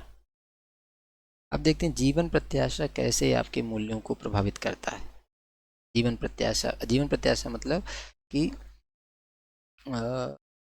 लोगों के जीने की कितनी उम्मीद है। जैसे आज कोई पैदा हुआ है ना, 1 वर्ष का है कोई भी, आज जिसका जन्म हुआ शिशु है, तो इसके जीवन की आशा कितनी है कि वहाँ की भौगोलिक दशाएं कैसी हैं, स्वास्थ्य सुविधाएं कैसी हैं, किसी भी देश में स्वास्थ्य सुविधाएं कैसी हैं, वहाँ का टेम्परेचर कैसा है, भौगोलिक दशाएं जो भी आप इमेजिन कर सकते हैं, प्रेशर कैसा है, ह्यूमिडिटी कैसा, ये सारी चीज़ें, ये सब चीज़ें मिलके डिसाइड करती हैं कि इंसान कितने साल एवरेज, कह सकते हैं एवरेज लाइफ क्या होगी वहाँ पे, वहाँ का एयर पोल्यूशन कैसा है। दिल्ली जैसे क्षेत्र में आप जाएंगे तो लोगों की जीवन प्रत्याशा कम होती जा रही है, जबकि उनके पास संसाधन स्वास्थ्य सुविधाएं अधिक हैं, लेकिन जीवन प्रत्याशा साल दर साल कम होती जा रही है पोल्यूशन के कारण। ये नई प्रॉब्लम है पोल्यूशन। तो जीवन प्रत्याशा का मतलब है कि उम्मीद कितनी है कि अभी कोई पैदा हुआ है तो ये इतने साल चल जाएगा, इसको बोलते हैं हम जीवन प्रत्याशा। तो आप देखेंगे कि जिन समाजों में जीवन प्रत्याशा अधिक होती है, जीवन प्रत्याशा अधिक होने का मतलब कि वहाँ पे वृद्ध पॉपुलेशन अधिक होती है। जीवन प्रत्याशा अधिक होने का मतलब क्या है कि वहाँ पे वृद्धों की संख्या भी अधिक होती है। और जो ज़्यादा साल तक जिएगा तो वृद्ध होगा। जिनकी जीवन प्रत्याशा ही कम है, वो 50 के ऊपर जा ही नहीं पा रहे हैं, तो उस समाज में आपको वृद्ध लोग मिलेंगे ही नहीं ज़्यादातर। तो जिन समाजों में जीवन प्रत्याशा अधिक होगी तो वहाँ पे आपको वृद्ध लोग मिलेंगे, ठीक। और अगर वहाँ पे संसाधन पर्याप्त हैं, अगर वहाँ पे संसाधन पर्याप्त हैं, तब तो वहाँ वृद्धों का सम्मान होगा। हाँ, वृद्धों का सम्मान होगा और बहुत सम्मान होगा, उनका आदर रहेगा हमेशा। लेकिन अगर जीवन प्रत्याशा भी अधिक है और संसाधन कम है, संसाधन कम है मतलब खाने के लिए डेली संघर्ष करना पड़ता है अगर, तब वहाँ पे वृद्धों का उतना सम्मान नहीं होगा। फिर लोग क्या कहने लगेंगे वृद्धों को कि बाबा अब तो बूढ़े हो गए हो, अब कब तक यहाँ टिके रहोगे, अब जाओ यहाँ से, क्यों बोझ बने हुए हो, लोग ऐसा कहने लगेंगे। आप सुने भी होंगे। ये कब कहते हैं लोग, जब संसाधन कम होते हैं लोगों के पास। इसका एग्जाम्पल क्या है, इसका एग्जाम्पल है एक, आप देखेंगे एक स्कीमो जनजाति है, आपने पढ़ा भी होगा कहीं ना कहीं, स्कीमो जनजाति। ये कहाँ पे है? आपको कनाडा के एरिया मिलेगी, उत्तरी ध्रुव के क्षेत्र में कह सकते हैं, उत्तरी ध्रुव के क्षेत्रों में आपको ये जनजाति मिलेगी। तो यहाँ पे एक कल्चर देखने को मिलता है कि यहाँ पे जो भी वृद्ध लोग होते हैं, एक सर्टेन एज के बाद, कह सकते हैं कि 55-60 के आसपास, जब भी वो अपने को मानते हैं कि अब हम शिकार करके अपना भोजन नहीं प्राप्त कर सकते हैं, तो ये वृद्ध लोग खुद से ही अ, अपने को अपना प्राण दे देते हैं, लोग कह सकते हैं प्राण त्याग देते हैं। किस लिए प्राण त्याग देते हैं? ताकि इनके बच्चों के लिए संसाधन सेफ रहें। आप सोचिए कितनी बड़ी बात है, लोग अपना जीवन त्याग दे रहे हैं संसाधनों के अभाव में, क्योंकि वो एरिया में उत्पादन बहुत ज़्यादा है नहीं, पूरा बर्फ से ढका हुआ एरिया है, तो वहाँ पे भोजन का कह सकते हैं एकमात्र जरिया बनता है क्या? मांसाहार, मांसाहार ही है। मांसाहार भी लिमिटेड है, अगर ये बूढ़े लोग भी इसी में कंपटीशन किए रहेंगे तो फिर बच्चों के लिए उनके संसाधन कम पड़ जाएंगे। तो ये लोगों ने सलूशन निकाला है कि चूंकि हम अपनी लाइफ जी चुके हैं, अब चलो चलते हैं ईश्वर के घर, अब वहाँ भोजन पाएंगे, यहाँ बच्चों के लिए संसाधन लोग के जाते हैं। और एक हमने सीखा था, ये तो हुआ क्या, हमारा जीवन प्रत्याशा वाली बात। और एक कह सकते हैं जनांकिकी में ही ये अभी रिकॉल नहीं कर पा रहे हैं।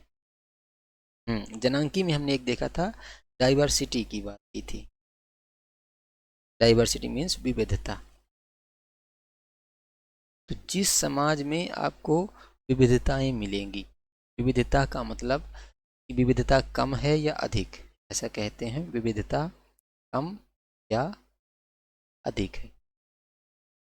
तो अगर विविधता अधिक है तो वहाँ पे आपको लोगों में व्यापक मूल्य देखने को मिलेंगे। व्यापक मूल्य इन द सेंस, कहिए कि विविधता अधिक है तो यहाँ पे आपको लोगों में सहिष्णुता देखने को मिलेगी। सहिष्णुता, वहाँ पे आपको सहिष्णुता अधिक मिलेगी लोगों में।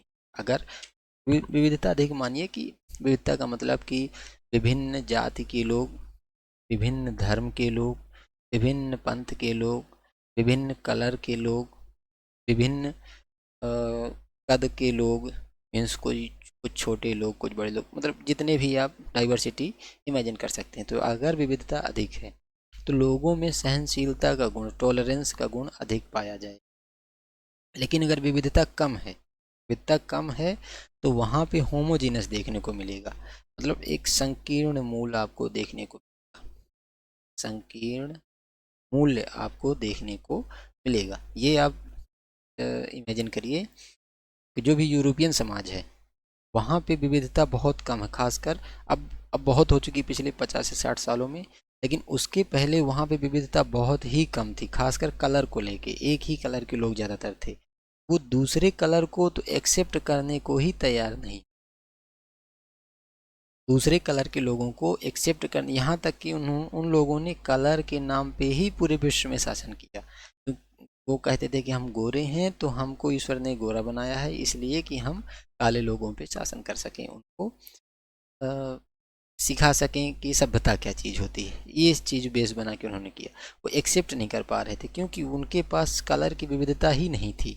उनके कह सकते हैं जेनेटिक म्यूटेशन हो चुका था, मेलेटोनिन नाम का उनमें, मेलेनिन नाम का जो भी सब्सटेंस होता है, बायोलॉजिकल सब्सटेंस, वो उनके शरीर में है ही नहीं, यह बहुत कम मात्रा में पाया जाता है। तो वो एक ही कलर के लोग, तो फिर वो बाकी दूसरे कलर को ब्लैक, ब्राउन, येलो कह के उन लोगों से दूरी बनाने की कोशिश करते हैं। अभी भी है वहाँ पे लोगों में ये बात स्थापित है अभी भी। तो उनके मूल्य आपको संकीर्ण देखने को मिलेंगे। सेम केस में जब आप भारत में आए, भारत में जितने भी वैरायटी हो सकती हैं तो हमको लगता है कि सभी वैरायटी भारत में पाई जाती हैं। मतलब गोरे से गोरे, काले से काले, भूरे से भूरे, पीले से पीले, जितने भी कलर आप इमेजिन कर सकते हैं इंसान में, भारत में आपको मिल जाएंगे। तो आप में भारत में कलर के आधार पर आपको लोगों में नहीं मिलेगा। भारत में आपको कलर के आधार पर किसी के साथ आपको विविधता नहीं देखने को मिलेगी, या विविधता नहीं, कलर के आधार पर आपको किसी से भेदभाव देखने को नहीं। यहाँ भारत में भेदभाव का क्या है, जाति मीन्स जन्म है। लोग अपने परिवार को ज़्यादा श्रेष्ठ मानते हैं। ये नेचुरल सी बात है, सभी लोग अपने पेरेंट्स को अच्छा ही मानते हैं। तो यहाँ पे इसी भावना के चलते यहाँ पे जन्म के आधार पर भेदभाव की बात स्टार्ट हो गई। लेकिन यहाँ पे भारत में आप कलर के आधार पर भेदभाव नहीं देखेंगे, जनरली की बात करते हैं। हालांकि अंग्रेजों द्वारा स्थापित होने शासन करने के बाद हम लोगों ने भी काफ़ी इस चीज़ को प्रोत्साहन दिया है, कलर वाला रंग भेद। लेकिन भारत में स्थापित नहीं है कलर की भूमिका, क्योंकि भारत में ऐसा है कि एक परिवार का 2 लोग काले हैं और एक आदमी गोरा है और एक आदमी भूरा है। मतलब एक ही परिवार में सब कुछ, सब वैरायटी है भारत में। तो सवाल ही नहीं उठता लोगों से रेसेस में करने का। तो इसको लिख लीजिए, भौगोलिक जनांकिकी वाला हेडिंग हम लोग डाल रहे थे। अब इसको लिख लीजिए जनांकिकी। जनांकिकी में लिखिए समाजों, विभिन्न समाजों में जनांकिकी भी मूल्यों के निर्धारण में अहम भूमिका निभाती है। जनांकिकी भी मूल्यों के निर्धारण में अहम भूमिका निभाती है। अब जनांकिकी में पहला लिखिए,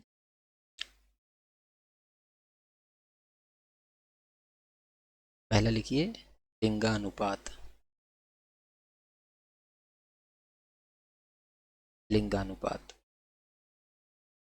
तो अब अगर आपको फार्मूला में लिखना है तो आप यही सेक्स रेशियो लिख सकते हैं कि मेल इक्वल टू फीमेल लिख सकते हैं। तो यहाँ पे एक पत्नी विवाह या एक पत्नी, एक पति या एक पत्नी विवाह का होगा।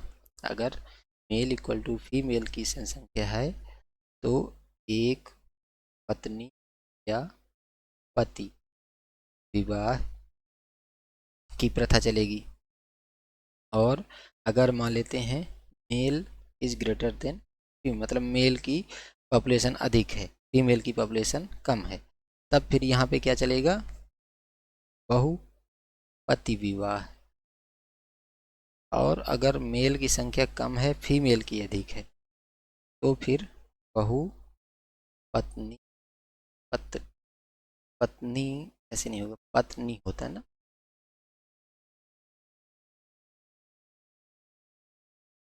बहुपत्नी यही होगा, बहुपत्नी विवाह की परंपरा चलेगी। मीन्स अगर फीमेल अधिक है तो ये आप साइड में इस चीज़ को याद रखने के लिए लिख सकते हैं। लेकिन इसको जल्दी से लिखिए, जिन समाजों में लिंगानुपात बराबर होता है,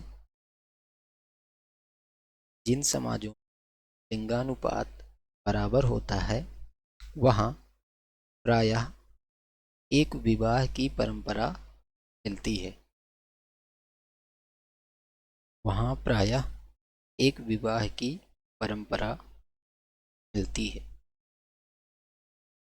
वहीं यदि यह अनुपात बहुत अधिक बिगड़ा हो,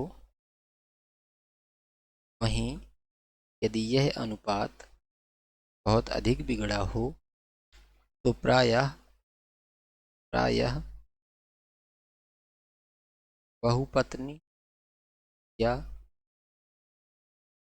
बहुपति विवाह का प्रचलन मिलता है। उदाहरण के तौर पर आप लिख सकते हैं, उदाहरण में लिख लीजिए अपने रिमाइंडर के लिए, खस जनजाति या खस समुदाय कह सकते हैं। खस समुदाय में बहुपति प्रथा का प्रचलन, बहुपति प्रथा का प्रचलन। ठीक है, दूसरा लिखिए, जीवन प्रत्याशा।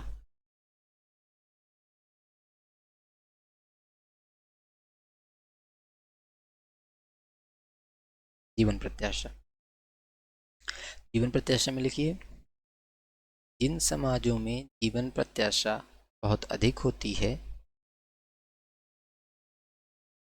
जिन समाजों में जीवन प्रत्याशा बहुत अधिक होती है और संसाधन भी पर्याप्त होते हैं वहाँ वृद्धों को वहाँ वृद्धों को ज़्यादा सुविधाएं और सम्मान मिलता है। वहाँ वृद्धों को ज़्यादा सुविधाएं और सम्मान मिलता है। जैसे जापान में।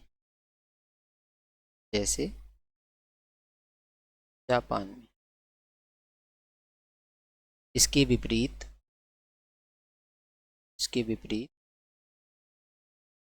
जीवन प्रत्याशा अधिक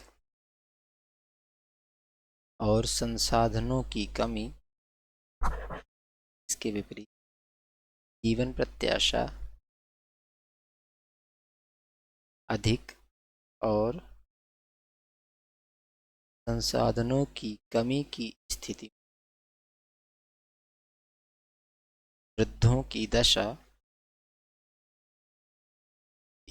में वृद्धों की दशा शोचनीय हो जाती है या दयनीय हो जाती है। आप अपने आसपास ही देखते होंगे, जिन लोगों के पास पर्याप्त पैसा है तो वहाँ पे जो भी दादा दादी हैं बढ़िया मज़े से रहते हैं। हालांकि जो पैसा ज़रूरी नहीं है, बच्चे भी अच्छे होने चाहिए, लेकिन जनरली अगर संघर्ष इसी के लेके होता है, धन संसाधन संपदा को ही लेके। तो जिनके पास पैसे अधिक है तो उनके इलाज वगैरह सारी चीज़ें व्यवस्थित चलती रहती हैं। जिनके पास पैसे नहीं हैं तो बूढ़े लोग गाँव में पड़े हुए खाट में खांसते खांसते चले जाते, तो उनकी दशा शोचनीय हो जाती है अगर संसाधन कम है। तो उदाहरण में लिख लीजिए, स्कीमो जनजाति में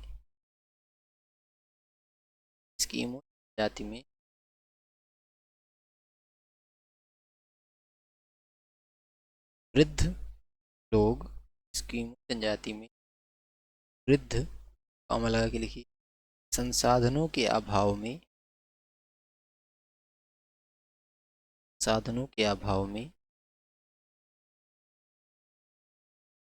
युवा पीढ़ी के भविष्य के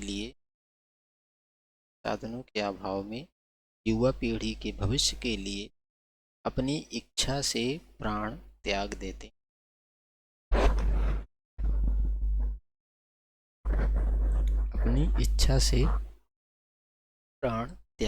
हैं।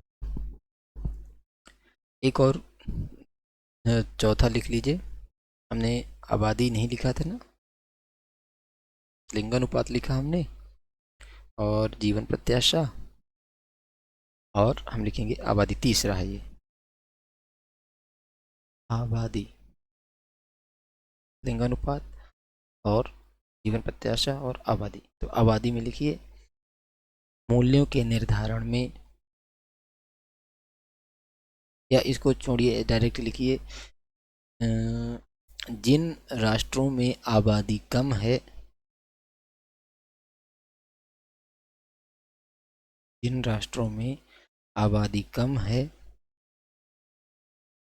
वहाँ प्रायः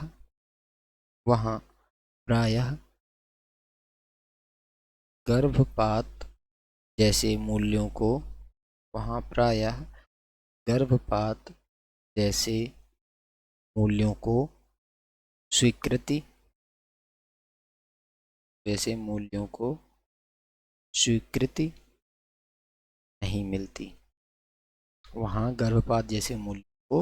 स्वीकृति नहीं मिलती। इसके विपरीत अधिक आबादी वाले राष्ट्रों में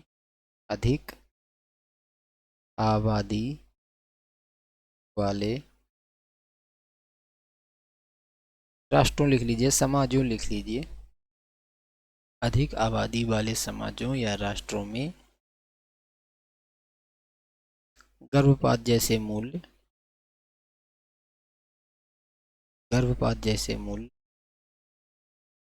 सामान्य माने जाते हैं।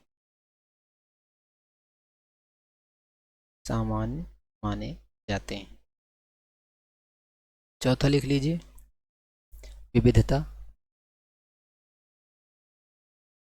विविधता को डायरेक्ट लिख सकते हैं, अधिक विविधता वाले समाज में, अधिक विविधता वाले समाज में सार्वभौमिक मूल्य में, सार्वभौमिक मूल्य, सहिष्णुता, सहिष्णुता जैसे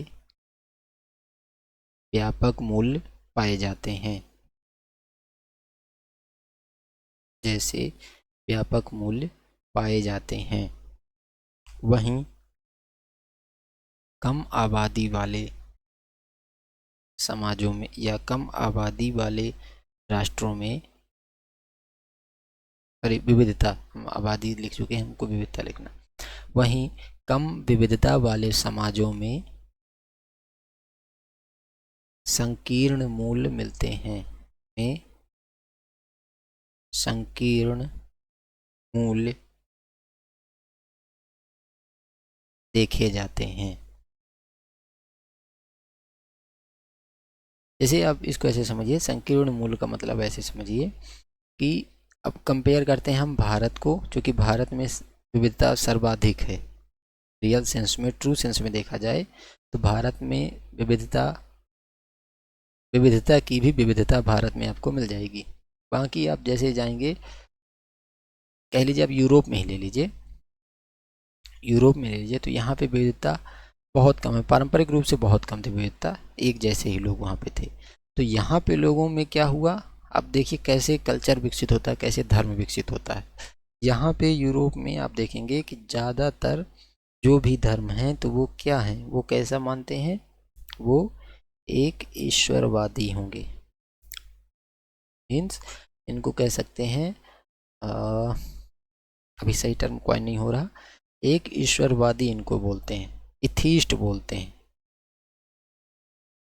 इथीस्ट, उन्हें को इथीस्ट बोलते हैं हम लोग। एथीस्ट या एथिस्ट नहीं, शायद अभी कंफ्यूज हो रहे हैं हम इसको, लेकिन एक ईश्वरवादी हिंदी में बोलते हैं ना, एक ईश्वरवादी, ये तो गलत लिखा, एक ईश्वरवादी धर्म आपको देखने को मिलेंगे। यूरोप हो गया, अरब हो गया, तो यहाँ पे विविधता कम है, तो यहाँ पे एक ईश्वर का मूल्य आपको ज़्यादा मिलेगा। लेकिन भारत में इतनी ज़्यादा विविधता है, यहाँ पे एक ईश्वर, दो ईश्वर, फिर हर घर में ईश्वर, फिर हर गांव का ईश्वर, हर शहर का ईश्वर। तो यहाँ पे आपको इतने सारे भगवान मिल जाएंगे, वैरायटी आप खुद भी चूज कर सकते हैं अपने भगवान, इतनी ज़्यादा वैरायटी। इसका रीज़न क्यों, इसका रीज़न है कि भारत में विविधता नेक्स्ट लेवल तक है। मीन्स अब इससे ज़्यादा और विविधता क्या ही होगी। तो यहाँ पे लोग अपने अपने ईश्वर जहाँ चुन सकते हो, तो विविधता का तो सबसे बड़ा रूप ही कह सकते हैं। तो भारत में विविधता हर जगह है, आप देखेंगे कि हर जनजाति का अपना ईश्वर होगा, हर जाति का अपना ईश्वर वो बना सकते हैं, कोई पाबंदी नहीं ईश्वर बनाने में। लेकिन तो इसका रीज़न क्यों, क्योंकि यहाँ पे विविधता आई है। तो आप यहाँ पे आपको विभिन्न धर्म मिलेंगे भारत में। मतलब एक सोचिए कि ये पूरा यूरोप कॉन्टिनेंट है, अरब इतना बड़ा एरिया है, यहाँ पे आपको सिर्फ एक धर्म मिलेगा, यहाँ पे भी एक धर्म मिलेगा। भारत में एक छोटे से भूमि पूरे विश्व का सिर्फ 2.4% ही तो लैंड एक्वायर कर रहा है। इतने एरिया में आपको, आप जब एनसीईआरटी पढ़ेंगे तो आप पढ़ेंगे कि जब भगवान बुद्ध का कार्यकाल चल रहा था तो उनके समय पर भारत में लगभग 67 धर्म प्रचलित थे। सोचिए अभी आप गिनने बैठेंगे तो आपको सब छुटकू मुटकू धर्म मिलेंगे, लेकिन 67 धर्म उस समय पर प्रचलित थे। अलग अलग चीज़ों से बौद्ध धर्म हो गया, जैन धर्म हो गया, अजीवक संप्रदाय, बहुत सारे ऐसे धर्म थे, ये सब धर्म प्रचलित थे। रीजन क्या, वहाँ भारत में विविधता स्टार्टिंग से ही है और लोग इसको एक्सेप्ट भी किए, तभी यहाँ पे व्यवस्थाएं चल पाई। आप देखेंगे भारत में कभी भी बहुत ज़्यादा कोई बड़ा विद्रोह इन चीज़ों को लेके नहीं हुआ। जो भी बातें आपको बताई जाती हैं ज़्यादातर प्रोपेगेंडा ही हैं, क्योंकि ऐसे जो भी मास स्केल की बातें होती हैं वो छिपी नहीं जाती, छिपाई नहीं जा सकती, क्योंकि आप पूरे विश्व का आप इतिहास पढ़ेंगे ना तो वहाँ को कहीं भी मास स्केल में संघर्ष हुआ है अगर किसी चीज़ को लेके तो उसका रिकॉर्ड आपको मिल जाएगा। भारत में नहीं मिलेगा आपको। तो विविधता भारत में बहुत ज़्यादा है ना। तो हमने एक चीज़ और लिख ली, जनांकिकी वाला। फिर तीसरा कारण हम लिखेंगे, तीसरा लिख लीजिए, इसमें बहुत ज़्यादा क्या समझाना है। इसमें लिखिए अन्य समाजों से अंतरक्रिया। समाज की एक हमने लिखा था ना कि समाज भी भूमिका निभाता है मूल्यों के निर्धारण में। तो देखिए अन्य समाजों से अंतरक्रिया, हेडिंग डालिए अन्य समाजों से अंतरक्रिया। इसके अंदर लिखिए जो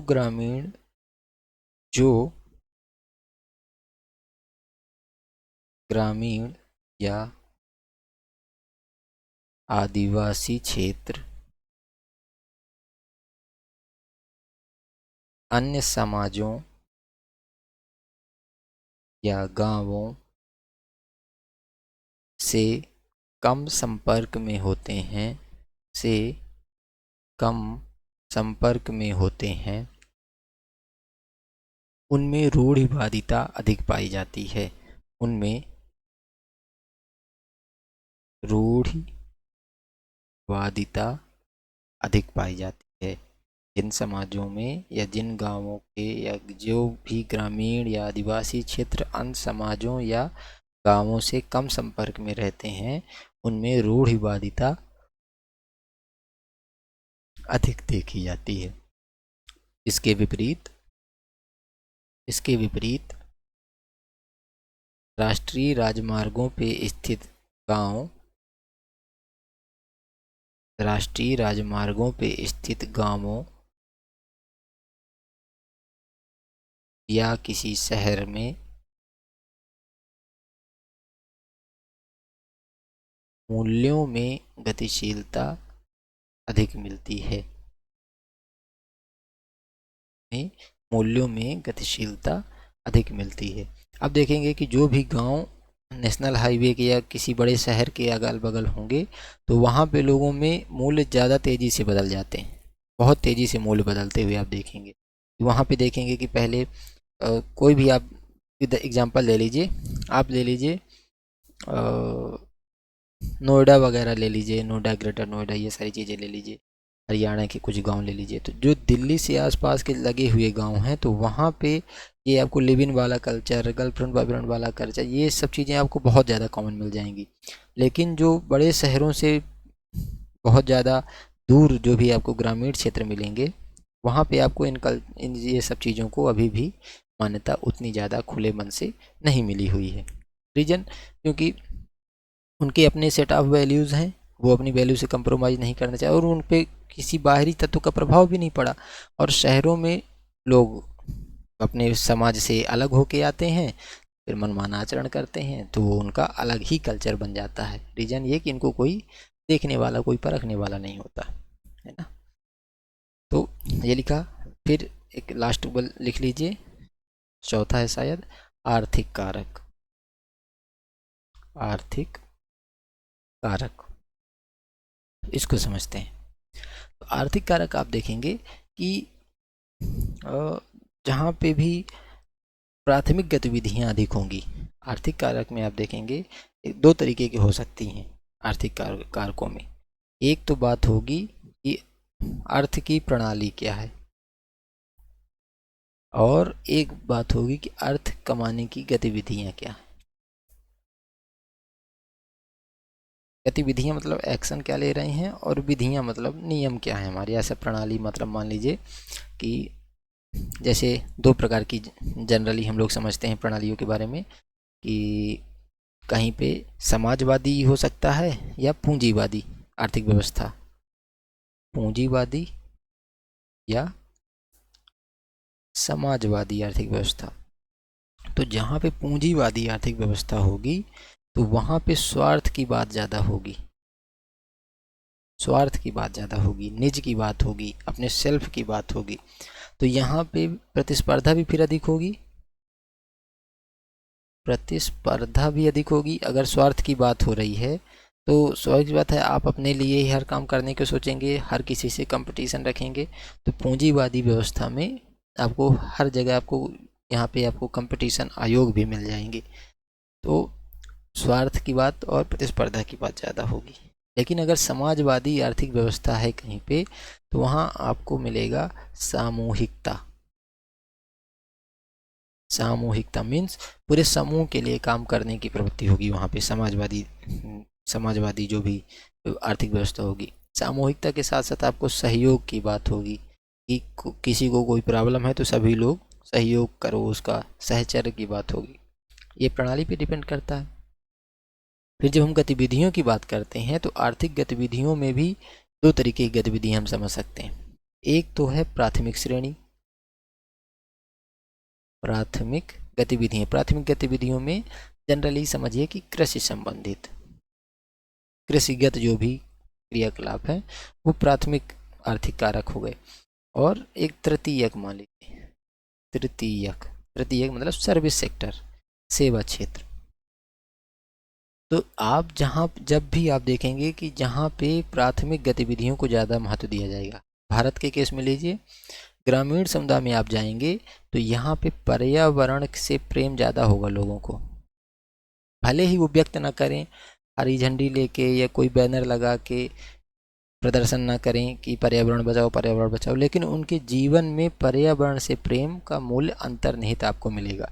वो लोग अनायास पेड़ नहीं काटेंगे बिना अपनी आवश्यकता के, वो लोग अनायास जंगलों को नहीं जलाएंगे, वो लोग अनायास संसाधनों का दुरुपयोग नहीं करेंगे। अब वहाँ पे आप देखेंगे तो संसाधन बहुत लिमिटेड तरीके से यूज करेंगे, जहाँ जिन क्षेत्रों में कृषि की गतिविधियाँ ज़्यादा दिखोंगी तो वहाँ पे आपको पर्यावरण के प्रति मूल्य ज़्यादा देखने को मिले। यहीं पे तृतीयक सेक्टर में जो लोग कृषिगत कार्य नहीं करते हैं, सेवा क्षेत्र में कार्यरत हैं, तो इनको पर्यावरण से कोई लेना देना ही नहीं है। ये उठेंगे, बाइक लिए, कार लिए, अपना सेल्फ मारे, धुआं उड़ाते हुए पूरा शहर धुआं कर दिए, कोई लेना देना नहीं इनको। उसके बाद फिर क्या करेंगे, इनको ये भी नहीं लेना देना है कि अनाज कैसे आता है, कौन मेहनत करता है, कुछ नहीं। इनको पता है कि हम पैसे कमा रहे हैं तो हम पैसे देंगे, हमको सारी सुविधाएं मिलनी चाहिए। तो इनमें तृतीयक सेक्टर के जो भी क्षेत्र होंगे तो वहाँ पे आपको प्रकृति से दूरी देखने को मिलेगी। तृतीयक जो भी आर्थिक गतिविधियां होंगी तो यहाँ पे आपको प्रकृति से दूरी देखने को मिलेगी, क्योंकि लैपटॉप में, मोबाइल में ही दिन भर उनका एक अपना एनवायरनमेंट बन चुका है, तो रियल नेचर से उन लोग दूरी रहेंगे। जीवन में इनकी गतिशीलता पसंद है। क्यों? स्थायित्व तो इनको नहीं पसंद होगा तृतीय क्षेत्र के लोगों को। क्यों? क्योंकि इनको स्थायित्व की वैल्यू ही नहीं पता है। तो इनको लगेगा कि आज ये कल वो, कल ये, आज ये काम छोड़ा कल वो काम स्विच किया, ये कंपनी अधिक पैसा दे रही है तो इस कंपनी में चले गए। इनको ये लाइफ पसंद है। लेकिन जो प्राथमिक क्षेत्र में आप देखेंगे तो यहाँ पे कैसे मूल्य आपको देखने को मिलेंगे। यहाँ पे लोग बोलेंगे जननी जन्मभूमिश्च स्वर्गादपि गरीयसी।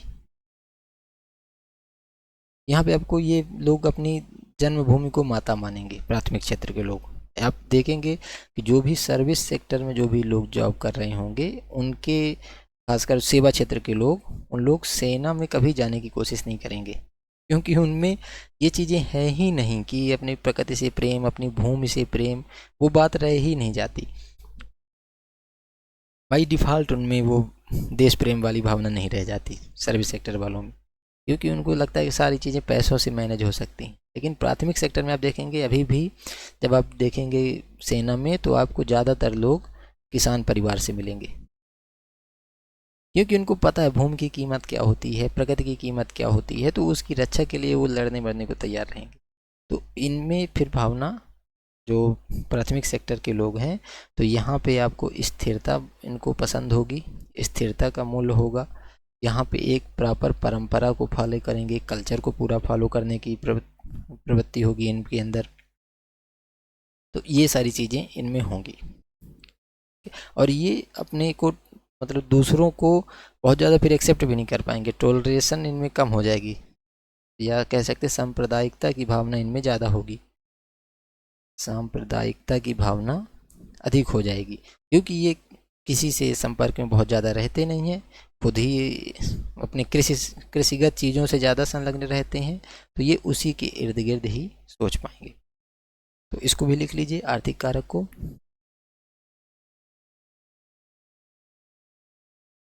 समाज में मूल्यों का निर्धारण, समाज के किसी समाज के मूल्यों का निर्धारण काफ़ी हद तक इस बात से भी होता है, किसी समाज के मूल्यों का निर्धारण काफ़ी हद तक इस बात से भी होता है कि वहाँ अर्थव्यवस्था का प्रारूप क्या है। आगे लिखिए, पूंजीवादी समाजों में, पूंजीवादी समाजों में व्यक्तिवाद, व्यक्तिवाद को अहमियत मिलती है, व्यक्तिवाद को अहमियत मिलती है। वहीं समाजवादी समाजों में सामाजिक योगदान या सहयोग को ज़्यादा अहमियत दी जाती है। एक लाइन और लिख लीजिए, जिन समाजों में प्राथमिक क्षेत्र की प्रधानता होती है, जिन, या ऐसे लिखिए, जिस सामाजिक अर्थव्यवस्था में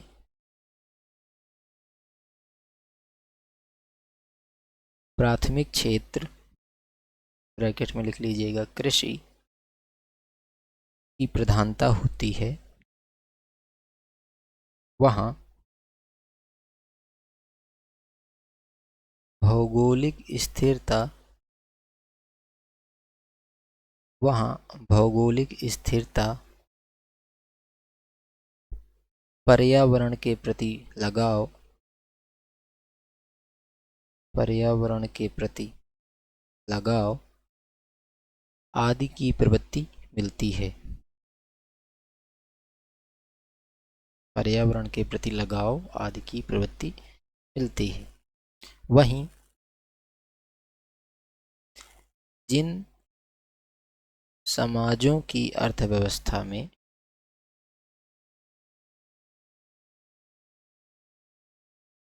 तृतीयक क्षेत्र, सेवा क्षेत्र ब्रैकेट में लिख, की प्रधानता है, वहाँ वहाँ के मूल्यों में, वहाँ के मूल्यों में प्रायः प्रायः गतिशीलता, बहुसंस्कृतिवाद, बहुसंस्कृतिवाद तथा पर्यावरण की उपेक्षा जैसी प्रवृत्तियाँ,